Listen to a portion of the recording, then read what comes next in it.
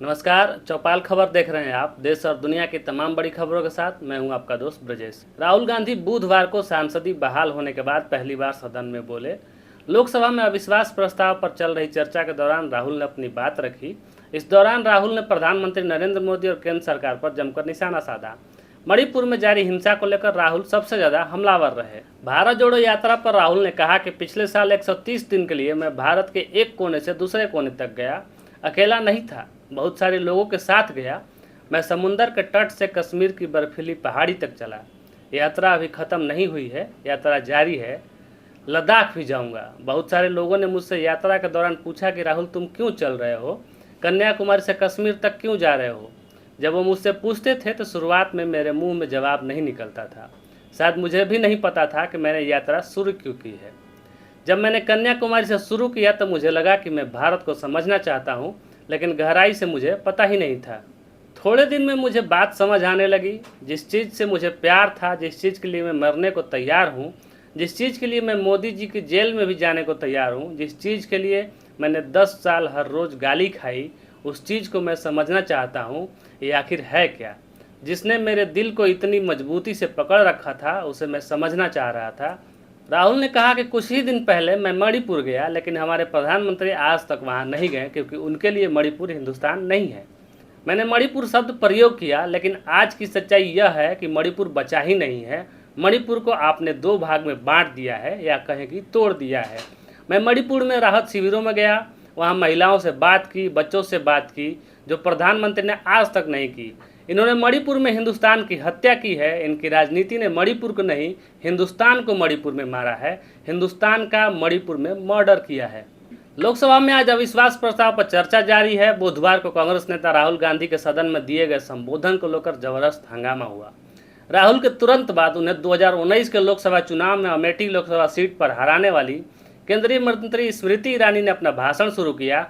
इस दौरान उन्होंने 1990 के दशक में कश्मीर में दरिंदगी का शिकार हुई 2 महिलाओं की कहानी सुनाई। केंद्रीय मंत्री स्मृति ईरानी ने अपने भाषण में जिन 2 कश्मीरी महिलाओं का जिक्र किया, उनमें सरला भट्ट और गिरिजा टिक्कू शामिल थी। इसके साथ ही उन्होंने लेखिका और सामाजिक कार्यकर्ता स्नेहलता का भी अपने भाषण में जिक्र किया। राहुल गांधी पर निशाना साधते हुए उन्होंने कहा कि आप हिंदुस्तान नहीं हैं। भारत मेरिट पर भरोसा करता है, वंशवाद पर नहीं। उन्होंने कहा कि पहली बार भारत माँ की हत्या की बात हुई और कांग्रेस पार्टी यहाँ तालियां बजाती रही। उन्होंने आगे कहा कि कांग्रेस के एक नेता ने कोर्ट में जाकर वक्तव्य दे दिया कि कश्मीर में जनमत संग्रह होना चाहिए। अगर राहुल गांधी में हिम्मत है तो भारत पर इस तरह का कटाक्ष करने वाले इस नेता का खंडन करके बताएं। हमारे राष्ट्र के संसदीय इतिहास में आज तक भारत माँ की हत्या की बात करने वाले कभी भी बैठकर मेज नहीं थपथपाए। इन्होंने मेज थपथपाई है। ये बात करते हैं इंसाफ की। जब प्रधानमंत्री ने 370 को हटाया तब कश्मीर की तस्वीर बदली। इन्होंने कहा कि ये मणिपुर गए थे, यात्रा में गए थे। यात्रा में इन्होंने क्या आश्वासन दिया? इनका बस चले तो 370 को दोबारा स्थापित कर देंगे। आज जो सदन से भाग गए हैं उन्हें कहना चाहती हूँ कि इस देश में अब धारा 370 कभी नहीं लौटेगी। कश्मीरी पंडितों को धर्म बदलो या कश्मीर छोड़ो या यहीं मरो कहने वाला अब कोई नहीं बचेगा। मध्य प्रदेश के मुख्यमंत्री शिवराज सिंह चौहान ने मंगलवार को नीति आयोग द्वारा जारी रिपोर्ट पर प्रबुद्ध जनों से चर्चा करते हुए एक बार फिर से कांग्रेस पर निशाना साधा है। उन्होंने कहा कि जो कांग्रेस भगवान राम को काल्पनिक कहती थी, जो कांग्रेस नेता राम जी का नाम लेने से परहेज करते थे, वही कांग्रेस के नेता आज राम कथा और हनुमान कथा करवा रहे हैं। सीएम ने कहा कि कांग्रेस नेता यह सब चुनाव के लिए करवा रहे हैं। यह कांग्रेस की चुनावी भक्ति है। उनके अंदर द्वंद्व मचा हुआ है। मुख्यमंत्री ने कहा कि मध्य प्रदेश इन दिनों प्रगति के नए आयामों को छू रहा है। प्रदेश में विकास का पर्व चल रहा है। लगातार लोकार्पण और शिलान्यास हो रहे हैं। अब तक 7245 करोड़ की 15 सिंचाई परियोजनाओं का लोकार्पण किया गया है। 36,348 करोड़ रुपए की 13 सिंचाई योजनाओं का भूमि पूजन किया गया है। 83 सीएम राइज स्कूल शुरू हो रहे हैं। नए स्वीकृत मेडिकल कॉलेज के शिलान्यास का कार्यक्रम हो रहा है। सीएम ने कहा कि राष्ट्रीय राजमार्ग और सड़क निर्माण के 21,900 करोड़ रुपए के 1207 कार्यों का भूमि पूजन भी संपन्न हो रहा है। अमृत योजना के अंतर्गत शहरी पेयजल परियोजना के लिए 3,000 करोड़ रुपए की राशि खर्च की जा रही है। जल जीवन मिशन के अंतर्गत 28,471 करोड़ रुपए के 15,450 समूह पेयजल परियोजना का भूमि पूजन जैसे उनके विकास के काम किए जा रहे हैं। मुख्यमंत्री शिवराज सिंह चौहान ने कहा कि अभी पूरे प्रदेश में संत रविदास समरसता यात्राएं चल रही हैं। आपको ध्यान होगा कि संत रविदास जी की जयंती के अवसर पर सागर में ही आयोजित कार्यक्रम में हमने यह घोषणा किया था कि सागर जिले में सागर के पास बड़तुमा में संत रविदास का लगभग 100 करोड़ रुपए की लागत से भव्य मंदिर और विशाल स्मारक बनेगा। 12 तारीख को सागर के बड़तुमा में संत रविदास जी के स्मारक का भूमि पूजन करने स्वयं प्रधानमंत्री नरेंद्र मोदी आ रहे हैं। लोकसभा चुनाव को लेकर बिहार के मुख्य विपक्षी पार्टी भाजपा के तरफ से पार्टी के प्रदेश पदाधिकारियों की नई सूची जारी की गई है। भाजपा के बिहार प्रदेश अध्यक्ष सम्राट चौधरी की तरफ से जारी इस लिस्ट में पार्टी के कुछ पुराने नेताओं की छुट्टी की गई है, तो कुछ नए चेहरों को भी काफ़ी तरजीह दी गई है। भाजपा की तरफ से जारी इस लिस्ट में गुरु प्रकाश पासवान, मिथिलेश तिवारी और शीला प्रजापति जैसे नेताओं को विशेष जगह दी गई है। बिहार बीजेपी की तरफ से लिस्ट जारी की गई है। उसके मुताबिक 12 प्रदेश अध्यक्ष, 6 प्रदेश महामंत्री, 12 प्रदेश मंत्री के अलावा एक मुख्यालय प्रभारी, 2 सह प्रभारी, 2 कोषाध्यक्ष, 1 कार्यालय मंत्री और 2 सह कार्यालय मंत्री का सूची जारी किया गया है।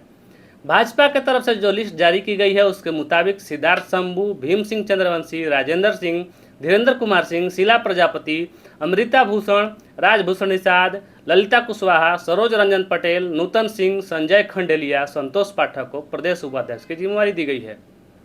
इसके साथ ही शिवेश राम, राजेश वर्मा, जगन्नाथ ठाकुर, मिथिलेश तिवारी, ललन मंडल को प्रदेश महामंत्री बनाया गया है।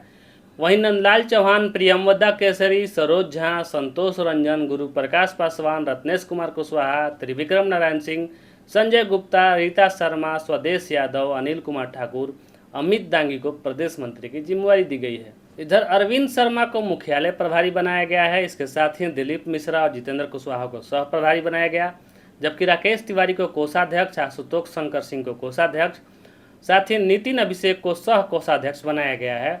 बीजेपी ने बिहार कार्यालय मंत्री प्रवीण चंद्र राय को बनाया है। डॉक्टर सुग्रीव और ज्ञान प्रकाश ओझा को सह कार्यालय मंत्री बनाया गया है। यह लिस्ट भाजपा के प्रदेश अध्यक्ष सम्राट चौधरी की तरफ से जारी किया गया है। बॉलीवुड अभिनेत्री अमीषा पटेल की मुश्किलें कम होने का नाम नहीं ले रही हैं। चेक बाउंस मामले में उनके खिलाफ रांची कोर्ट में जो मामला चल रहा है उसमें आज एक बार फिर न्यायिक दंडाधिकारी DN शुक्ला की अदालत में सुनवाई हुई। सुनवाई के दौरान उनके अधिवक्ता ने प्रार्थी के गवाह का जिरह करने के लिए समय की मांग की है। दरअसल अभिनेत्री अमीषा पटेल से जुड़े चेक बाउंस केस में सोमवार को न्यायिक दंडाधिकारी DN शुक्ला की अदालत में सुनवाई हुई। सुनवाई के दौरान उनके अधिवक्ता ने प्रार्थी के गवाह की जिरह करने के लिए समय की मांग की। इस पर प्रार्थी के अधिवक्ता ने समय के मांगे जाने का विरोध किया। प्रार्थी के अधिवक्ता ने कहा कि गवाह 2 निर्धारित तारीख से आ रहा है, गवाह को डिस्चार्ज किया जाए। इसके बाद अदालत ने प्रार्थी के गवाह का अनुरोध को स्वीकार करते हुए गवाह को डिस्चार्ज कर दिया। साथ ही इस मामले में अगली सुनवाई की तारीख तय की गई है। अब इस मामले में अगली सुनवाई को प्रार्थी की ओर से गवाह नंबर 2 को प्रस्तुत किया जाएगा। आपको बता दें कि पिछली तारीख में गवाह का प्रति परीक्षण करने पर अमीषा पटेल पर 500 रुपये का जुर्माना अदालत ने लगाया था। इनके ऊपर फिल्म मेकर अजय कुमार सिंह ने अभिनेत्री अमीषा पटेल पर धोखाधड़ी का मुकदमा दर्ज कराया था। देसी मैजिक फिल्म बनाने के नाम पर अजय कुमार सिंह से अमीषा पटेल ने 2 करोड़ रुपए लिए थे। वापसी के लिए जो चेक दिया वह बाउंस हो गया था। अजय कुमार सिंह के द्वारा पैसा मांगने पर अमीषा पटेल ने 2 चेक दिया था, वह दोनों चेक बाउंस हो गया था, जिसको लेकर अजय कुमार सिंह ने अमीषा पटेल के खिलाफ धोखाधड़ी का मामला 2018 में दर्ज कराया था। ऐसे ही तमाम छोटी बड़ी खबरों के साथ आप बने रहिए हमारे साथ। बहुत बहुत धन्यवाद।